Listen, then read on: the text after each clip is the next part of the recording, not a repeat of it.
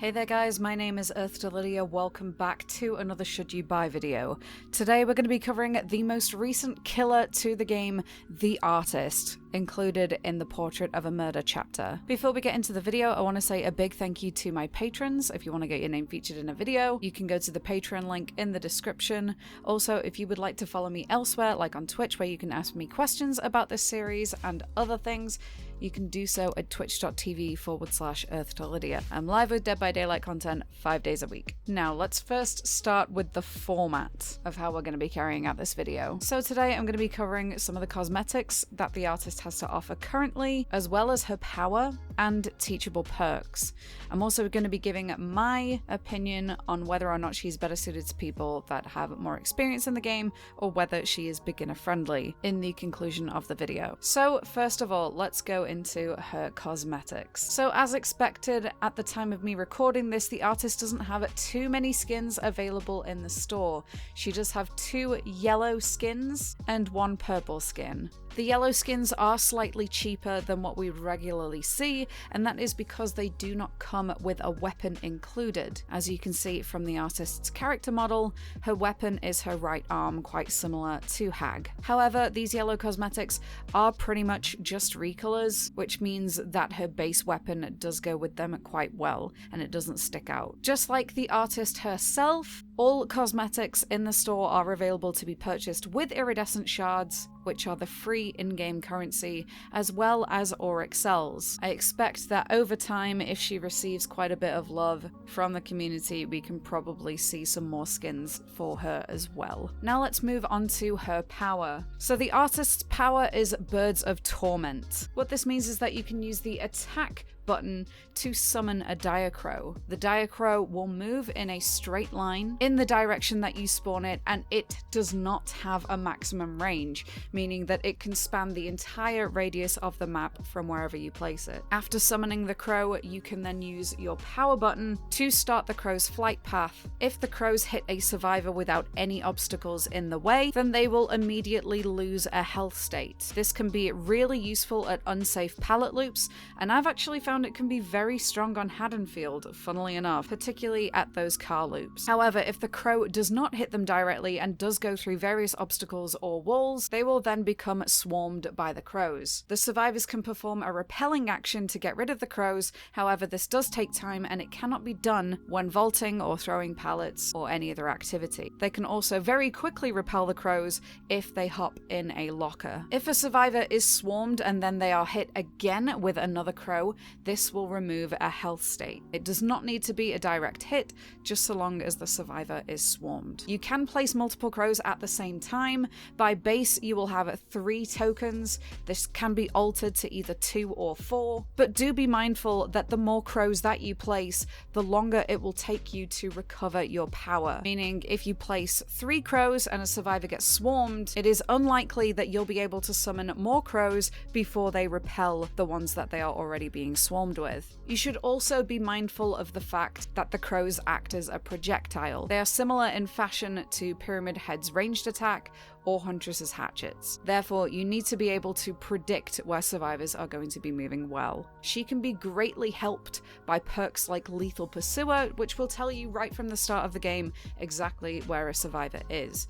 If they go straight to a generator, you can summon your dire crows and send them immediately onto that gen. If you also stack crows in front of one another as you're walking to the gen that the survivors are spawning on, then you can immediately remove a health state. Let's move on to her teachable perks. At level 30, we can unlock Grim Embrace. Every time that a survivor is hooked for the first time, Grim Embrace will gain a token, and at 4 tokens, the perk will activate.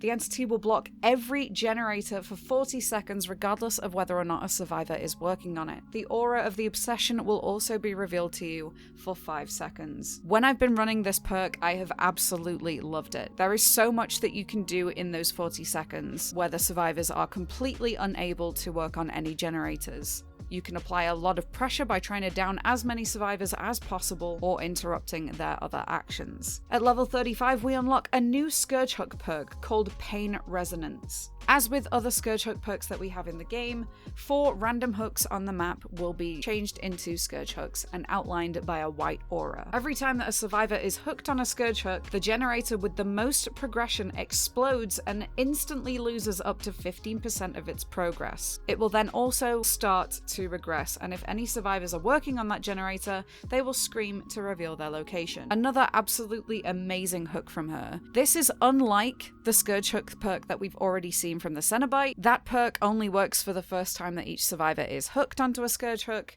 This is completely limitless. It's almost like if you could imagine Pop Goes the Weasel working immediately on the gen with the most progress, and you don't even have to kick it. This does depend on the map, how large it is, and where your Scourge Hooks spawn, but I have seen huge value from this perk. And ever since I started leveling her up, this is an absolute staple. At level 40, we unlock Hex Pentimento. Hex Pentimento will show you the aura of cleansed totems. You can perform a ritual on a cleansed totem to resurrect it as a rekindled totem. For 1 rekindled totem, this will reduce the repair speed of all survivors by up to 30%.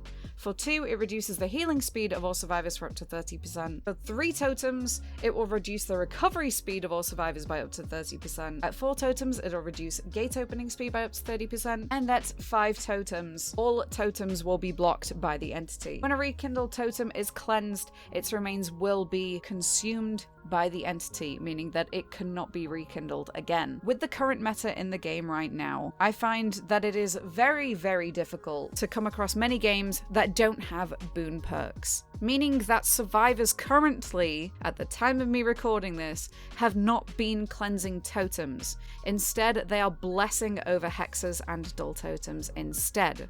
Therefore, I don't think, with the way that the game currently is, and if this does become the new meta, you will not get much value from this perk. Admittedly, you can definitely use this with other hex perks, but you'll have to play around the totems pretty much the whole game. As the moment that you start losing your hexes to boon totems, this perk will immediately become weaker. As it currently stands, I actually think that Grim Embrace and Pain Resonance are by far her greatest perks, and I will definitely be using them on other killers too. So who does she best fit? Personally, I do not think she is a beginner-friendly killer at all. There's so much understanding that you need to have of the game already in terms of predicting the survivors and also getting teachable perks from other killers to assist her kit, and her power in and of itself will not be that simple for a new killer to understand. Therefore, I think it's important for you to definitely get more hours under your belt, understand how survivors loop before you try to injure them with diacrows. Once you have that understanding, you'll be able to position them so much better and zone the survivors to run into your crows. Oh, that's another thing. If they run into your crow as well while it's idle, they will become swarmed too.